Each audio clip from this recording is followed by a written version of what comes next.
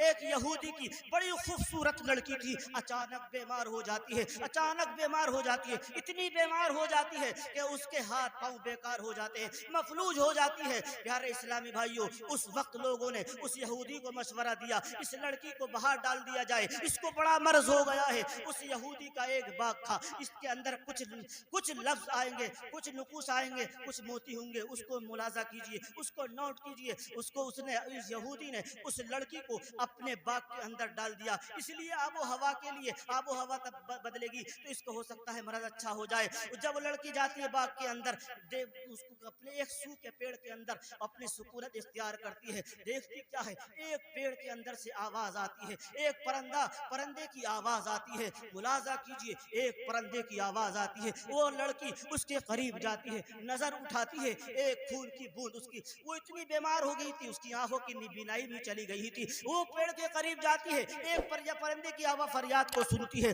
सुनने के बाद जब जाती है, जाने के बाद अपनी निगाह को उठाती है, एक खून की बूंद गिर जाती है। गिरना खून का गिरना था, उसकी आंख की बीनाई जो थी वो जो जा चुकी थी, उस खून के कतरे के गिरने से उसकी आंख की बीनाई भी वापस आ जाती है। उसने अपना हाथ बढ़ा दिया, बेकार था, वो भी खून का कतरा, वो हाथ भी दुरुस्त हो जाता है। उसने अपने हाथ जिस्म पर मला, वो तंदुरुस्त हो जाती है, शिफायाब हो जाती है। देखा जो वो लड़की अच्छा ठीक हो जाती है, अपने बाग सुबह होती है, अपने बाग के इर्द गिर्द घूमती है। उस यहूदी का बाप उस लड़की का बाप शहर में काम के लिए जाता, लेकिन काम ना लगा, उसी शहर में गुजारता, लड़की बाग में तन्हा गुजारती है।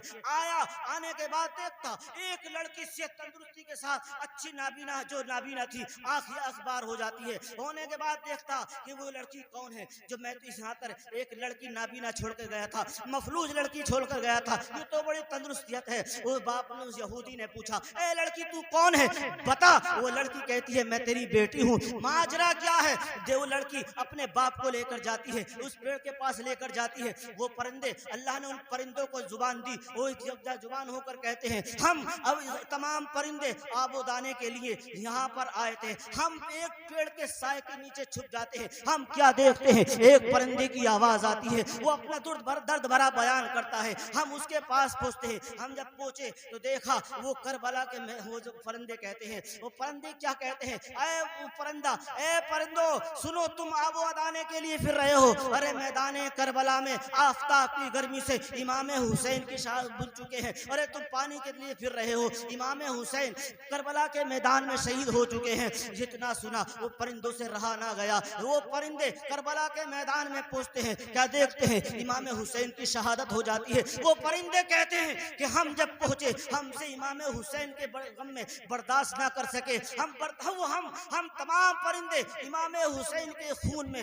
अपने आप को फना कर दिया। वो यहूदी जब ये मंजर देख रहा था, ये मंजर देखने बाद कहा, ए परिंदो, ए इमाम हुसैन के नवासो नानो, इमाम हुसैन वाकई तुम्हारा दिन मनाना का दिन सच्चा है, जब तो इस खून की बरकत से मेरी बेटी शिफायाब हो गई है। उस यहूदी का सारा घराना मुसलमान हो जाता है। बताने का मकसद ये है कि जब इमाम हुसैन के खून की ये तासीर हो, एक नाबीना लड़की को आँख मिल सकती हो, मफलूज से शिफायाब हो सकती है। हम अल्लाह का फजल गम इमाम हुसैन के गुलाम है, तो हमें कितनी मोहब्बत करनी चाहिए कि जब एक नाबीना यहूदी की लड़की को अल्लाह शिफायाब कर सकता है, किससे, इमाम हुसैन के खून की बरकत से। तो हम गुलाम हुसैन है, हमें इतनी मोहब्बत करनी चाहिए, इतनी मोहब्बत करनी चाहिए जितनी इस परिंदे ने इमाम हुसैन से की थी कि वो अपने आप को बर्दाश्त ना कर सका। तो प्यारे इस्लामी भाइयों, आइए चलते हैं फिर एक वाक़ये की तरफ चलते हैं। इमाम जाफर सादिक रज़ियल्लाहु ताला अन्हु बयान फरमाते हैं, क़यामत का दिन होगा, नफ्सी नफ्सी का आलम होगा, हर किसी को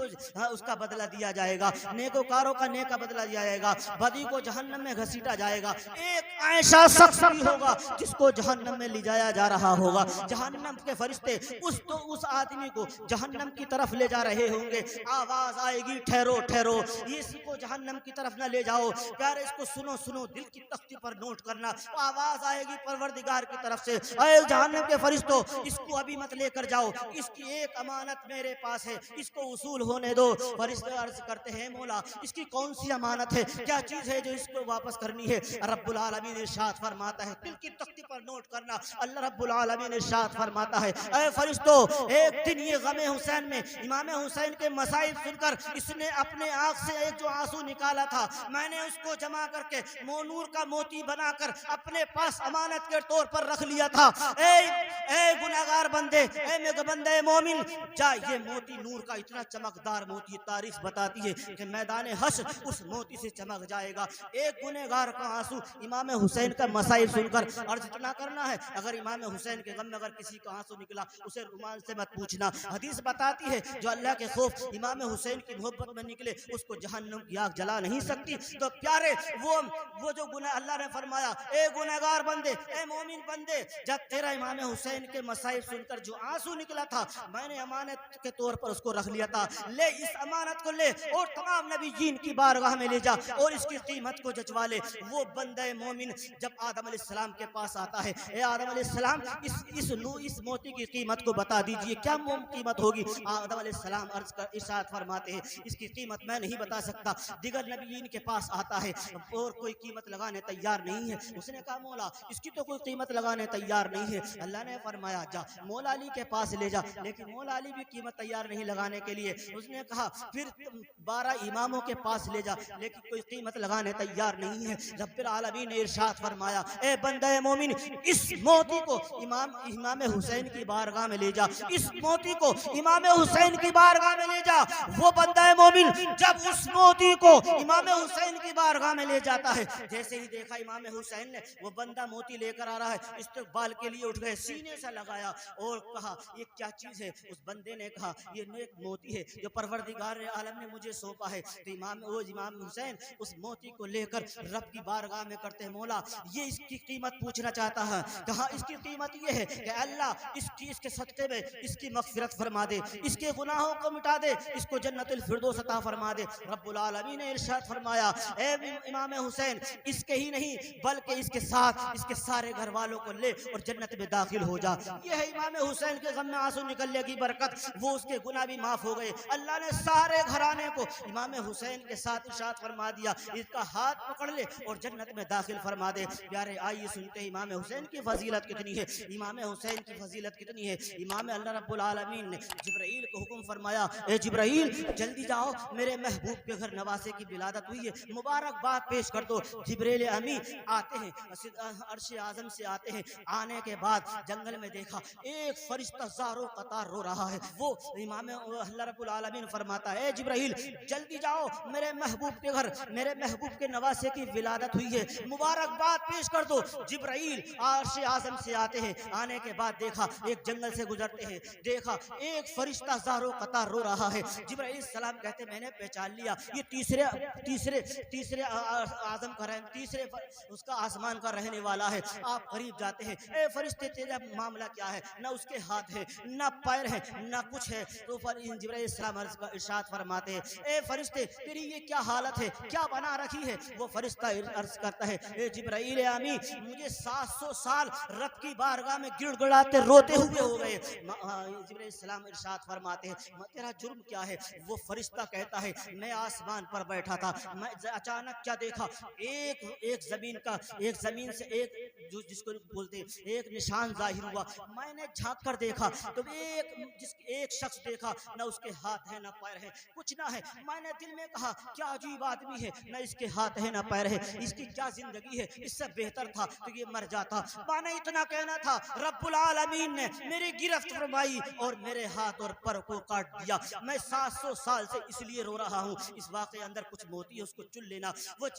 वो फरिश्ता कहते हैं, जिब्राइल किधर जा रहे हो? जिब्राइल सलाम ने अर्ज किया, मैं आका की बारगाह में जा रहा हूँ, उनके नवासे की विलायत की खुशखबरी लेकर जा रहा हूँ, मुबारकबाद पेश करने जा रहा हूँ। वो फरिश्ता जिब्राइल सलाम उस फरिश्ता कहता है, जिब्राइल सलाम मैं भी चलूँ? कहा तुम भी चलो। जैसे ही पहुंचे मुबारकबाद पेश की, आका ने फरमाया, ए जिब्राइल ये कौन है, किसको लेकर आए हो? वो फरिश्ते जिब्राइल सलाम अर्ज करते हैं, पूरा माजरा बयान करते हैं। तो फिर वो कहते हैं, फिर या रसूलल्लाह मेरे लिए दुआ कर दीजिए, परवरदिगार मेरे हाथ और पैर सलामत फरमा दे। रब्बुल आलमीन अल्लाह के महबूब ने दुआ फरमाई, अल्लाह के महबूब की दुआ कबूल हुई, अल्लाह ने उसको शिफा या बता फरमा दिया। जिब्राइल वो फरिश्ता अर्ज करता है, आका मैं ठीक तो हो गया लेकिन मेरे पर नहीं है, मैं आसमान पर कैसे जाऊं? जुमला नोट कीजिए, इमाम आका की गोद में इमाम हुसैन खेल रहे थे, गोद में थे। आका ने फरमाया, ए फरिश्ते परेशान क्यों होते हो, गम क्यों करते हो, इसका भी इंतजाम किया जाएगा। आका का जुमला मुलाजा कीजिए, इमाम हुसैन की पावर को मुलाजा अंदाजा कीजिए। इसलिए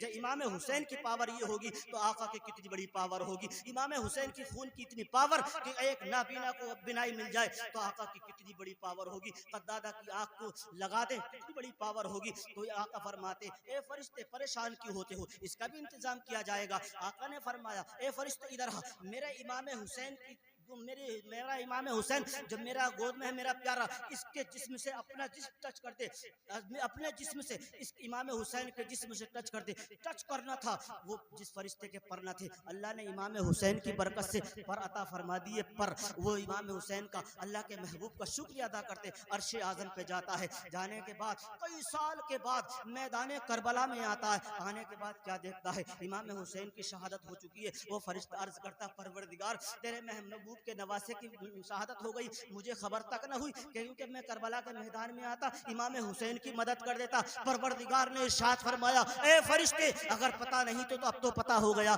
सुन सुन, इसलिए जो तेरे साथ 70,000 फरिश्ते मौजूद हैं, इनको साथ लेकर इमाम हुसैन के रोजे पर जा और कयामत तक रोने वाले जो इमाम हुसैन के गम में, उनके लिए दुआए मग़फ़िरत करता चला जा, उनके लिए दुआए मग़फ़िरत करता रहे, जो कयामत तक इमाम हुसैन के गम में रोए। ए फरिश्ते 70,000 की जमात को लेकर इमाम हुसैन के रोजे पर मुजाबिर बनकर रहे, और जो कयामत तक इमाम हुसैन के गम में रोए उनके लिए दुआए मग़फ़िरत करता रहे, उनके लिए दुआए मग़फ़िरत कर रहे। अरे हम रोएं, हमारी दुआ मग़फ़िरत की वो करें, कितनी शान इमाम हुसैन की है। आइए मुलाज़ा करें। अल्लामा इब्न सित्तैन फरमाते हैं, एक शायर का रहबार फरमाता कहता है मैं इमाम हुसैन की शहादत के बाद करबला गया तो मैं तमाम शहीदान करबला की ज़ियारत की आखिर में इमाम हुसैन के रोजे पर पहुंचा। रोजे पर पहुंचने के बाद मैंने एक मनक़बत लिखी, लिखने के बाद मैं रोता रहा, सुनाता रहा। इमाम हुसैन वो फरमाता शायर में सुनाता रहा, करम दरिया रहमत जोश में आया।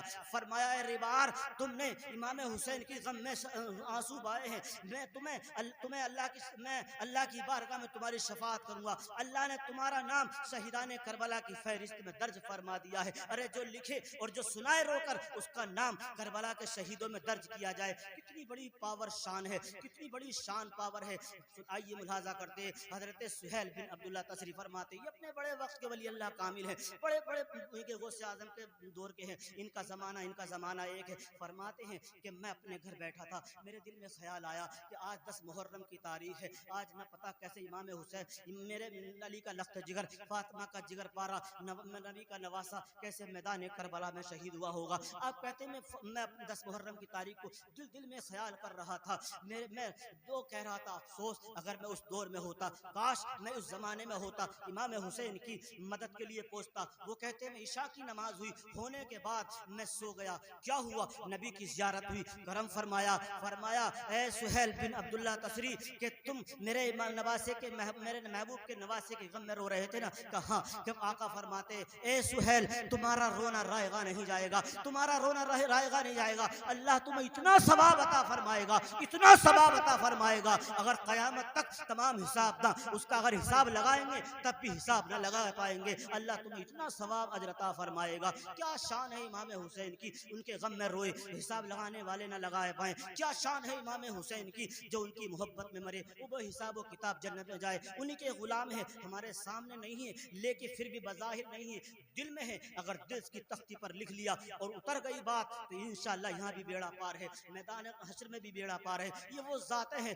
इनकी दुआओं से तकदीरें बदलती हैं। ये वो ज़ात है जहाँ जहाँ आगे गुजर जाए, जहाँ जहाँ इनका नवासा, जहाँ जहाँ इनकी आल गुजर जाए, जब आलों की ये शान हो तो इनकी शान कितनी बड़ी होगी। जब इनकी शान ये है तो नबी आखिर ज़मा की शान क्या होगी। बड़ी अरफ़ा आला ज़ात है, टाइम ज़्यादा है हो चुका है, हजरत को भी पेश करना है। तो ये वो 72 नकूस कुसिया हैं जो इनकी याद में फना हो जाए। अरे जब एक कबूतर के पर के खून की इतनी बड़ी करामत हो तो इनकी कितनी बड़ी करामत होगी, इतनी बड़ी करामत होगी। ये सफ़र में जा रहे थे, हज़रत ज़ुबैर इनके साथ थे। आपने सोचा एक पेड़ सूखा था, उनका पड़ाव वहाँ पर बिस्तर लगा दिया। कहने लगे क्या अच्छा होता अगर इस ये पेड़ हरा भरा होता, ताज़ा खजूरें मिलती खाने की। आपने सुन लिया, सुनने के बाद उस सूखे दरख्त के पास जाते हैं, जाने के बाद कुछ पढ़ते हैं, मिनटों सेकंडों में वो सूखा दरख्त हरा भरा हो जाता है, फल लग जाते हैं। ये शान है इमाम हुसैन की कि कुछ पड़े इस पेड़ के पास से गुजर जाए,